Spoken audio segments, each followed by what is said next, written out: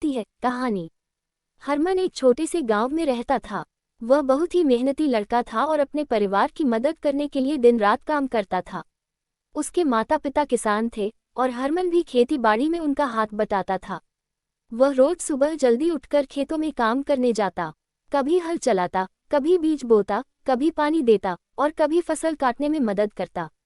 गांव के लोग हरमन की मेहनत को देखकर उसकी तारीफ करते थे। वे कहते थे, ये लड़का जितनी मेहनत करता है उसकी मेहनत कभी व्यर्थ नहीं जाएगी। एक दिन गांव में एक बड़ा तूफान आया। तेज हवाएं चली और बारिश शुरू हो गई। गांव में बहुत से घरों की छत उखड़ गए और फसलें खराब हो गईं। हरमन का खेत भी बुरी तरह प्रभावित हुआ, लेकिन वह परेशान नहीं हुआ। वह जानता था कि मेहनत से ही समस्याओं का हल निकलता है। हरमन ने अगले कुछ दिनों में अपने खेत को फिर से ठीक करने की योजना बनाई। उसने सुबह शाम मेहनत की और जल्द ही खेत की हालत बेहतर हो गई।